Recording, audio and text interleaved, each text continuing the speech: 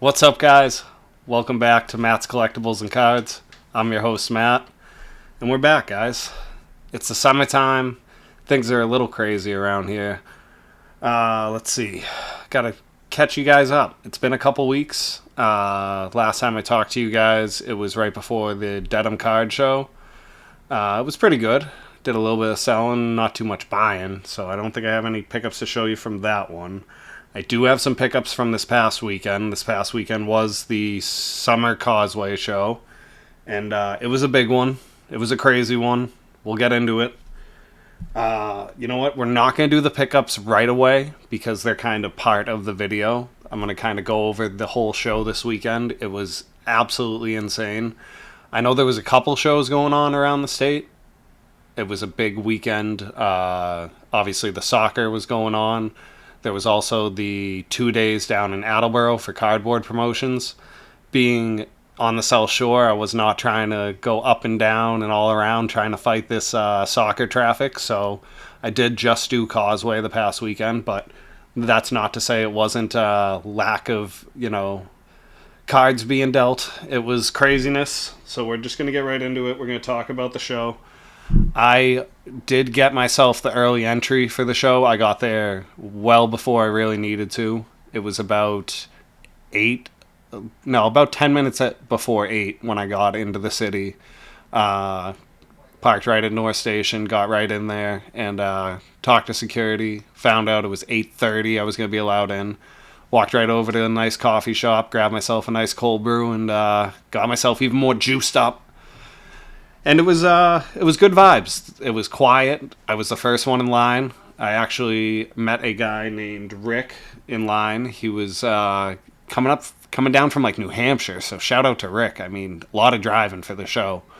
But I mean, it's one of those shows. We were talking about some of our bigger cards in our collection, what we were chasing that particular show, and I was showing him some of the things in my collection on Card Ladder, and he was like, "Oh, you got that with you?" And I actually told him I didn't. I didn't bring a lot of cards of my bigger cards with me. I don't necessarily think that was a mistake, given that these are long-term investments that I'm not necessarily, happy with the margins yet. So those cards I actually kept at home. Those stayed out of the box and were not available for me to deal.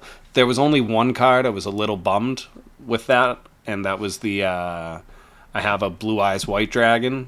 There was actually a little bit more TCG action than I was expecting.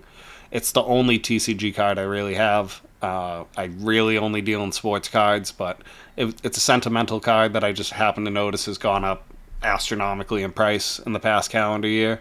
So I figured, maybe I'll feel some offers out on it. And silly enough to me, I didn't even have it with me. So to the one gentleman who was interested in it, I am sorry that we started wheeling and dealing and I didn't even have the card with me. So big mistake for me this weekend. But that was really my only thought. I mean, it was an awesome show.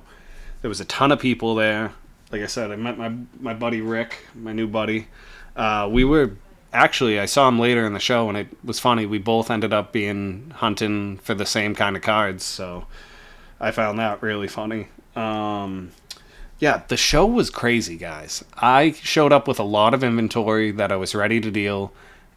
I got in right at 8:30, like I was saying.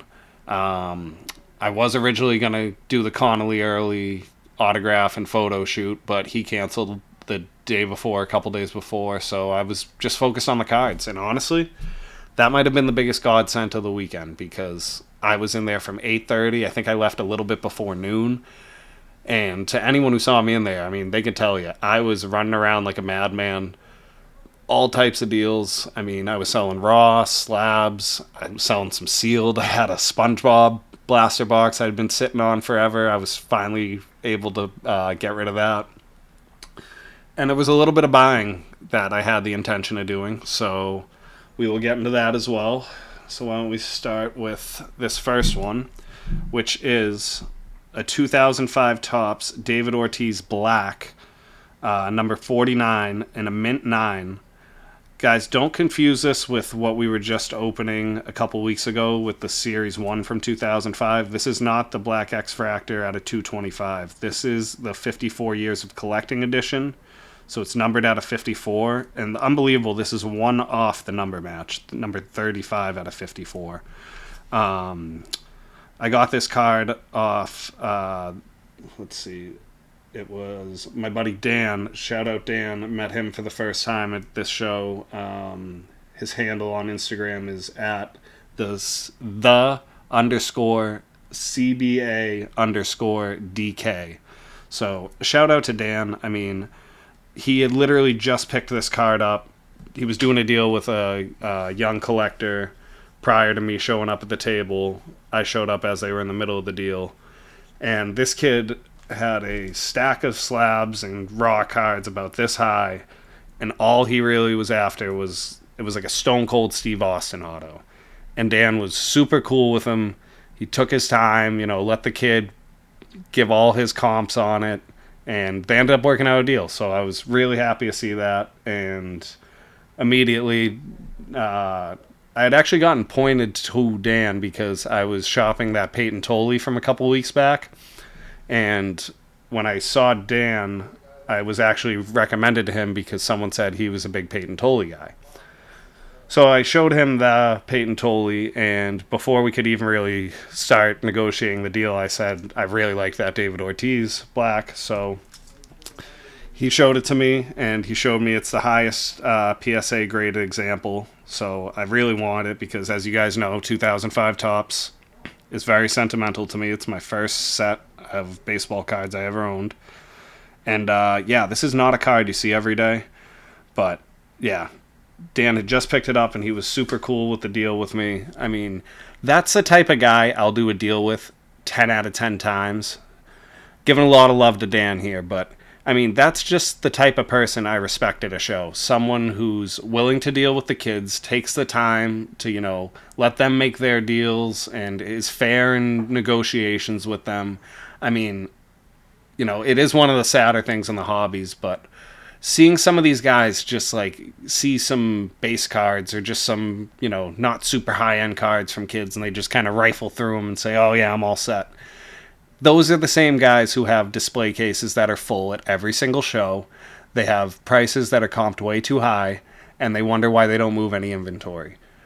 Not to throw a lot of shade at those guys, but I just want to give a lot of love to a guy like Dan, who is doing the right thing at shows, and I don't know, I just wish there was a little bit more Dan out there. Not to say that there's not a lot of other great vendors at these shows, because there are, but it's just something that you see in the hobby every once in a while, and people like Dan remind you why this hobby is so important. And it's because, it's because of the kids.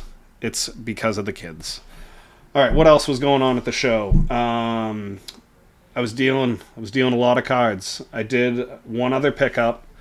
Shout out to my buddy Chris from Distressed Cards. I've seen Chris for a couple years at the shows now. I've always wanted to do a big deal with him. Finally got one done. 2005 Tom Brady Topps Finest Green X-Fractors. Super sick card, numbered to 199. Beckett 9.5 with pretty good subgrades. I don't know. Old school Finest. That's some pretty cool stuff to me. It's got a little bit of a soft spot for me. I had also been looking to upgrade my Brady stock. When I went big on my last card, I had traded a 2016 Brady and Gronk National Treasures patch that was numbered at 25.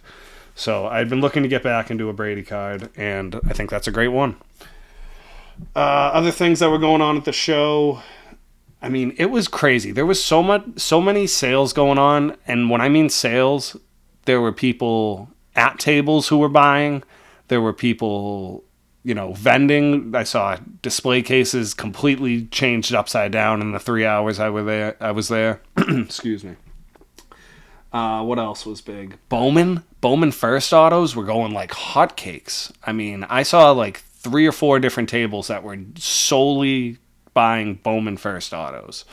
They were selling display cases loaded with them. I know it's the time of year where these prospects start getting hot and stuff, but it also seems like it's just one of those things where it's like it's almost like a penny stock.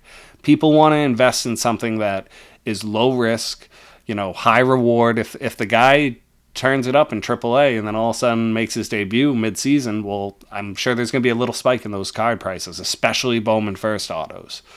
That was a big reason the Tolley went for me so quickly. I mean, shout out to Dan. He's a big Tolley guy, but if he didn't buy it, I had already had a couple other offers from guys who were just buying Bowman. So I was very interested by that.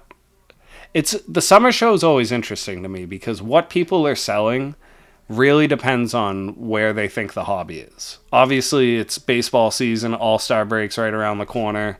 There was a good amount of soccer given the World Cup was going on. It wasn't a crazy amount. But outside of that, there was football, basketball. Like, the sports that are, like, well out of season, people seem to be buying. Like, I don't know. I was interested in it. I was interested in all of it. So, there was a lot of selling from my end. Just those 2 card pickups. Obviously, that Brady's a monster. But that Ortiz, I'm very excited to have in the collection as well.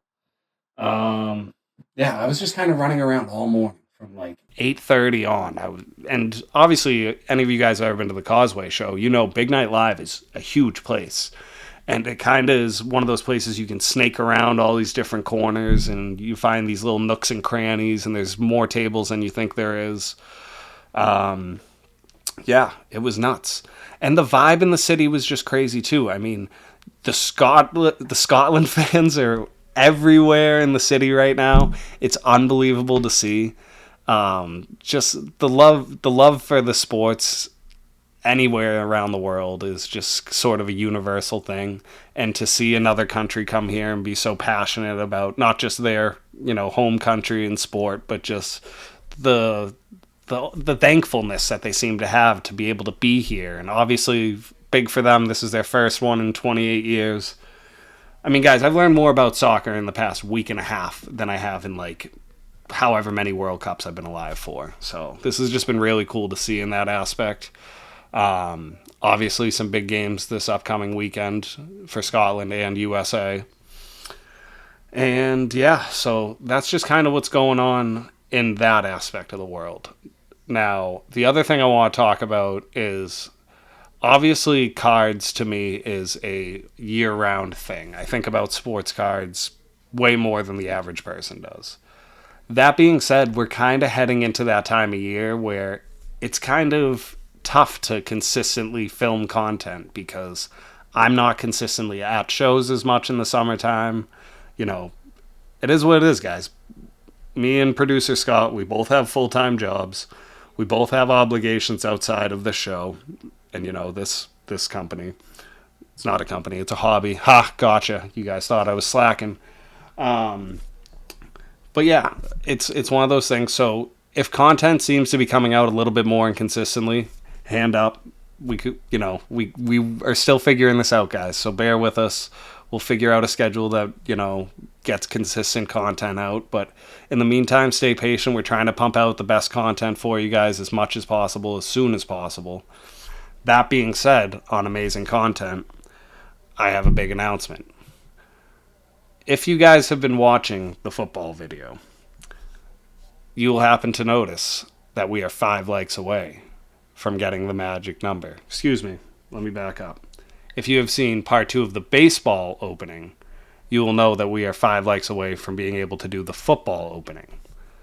Now, I have a proposal for you guys. If you guys can get those 5 likes done by the end of the week, we will do, for the first time ever, an unboxing at the lake house.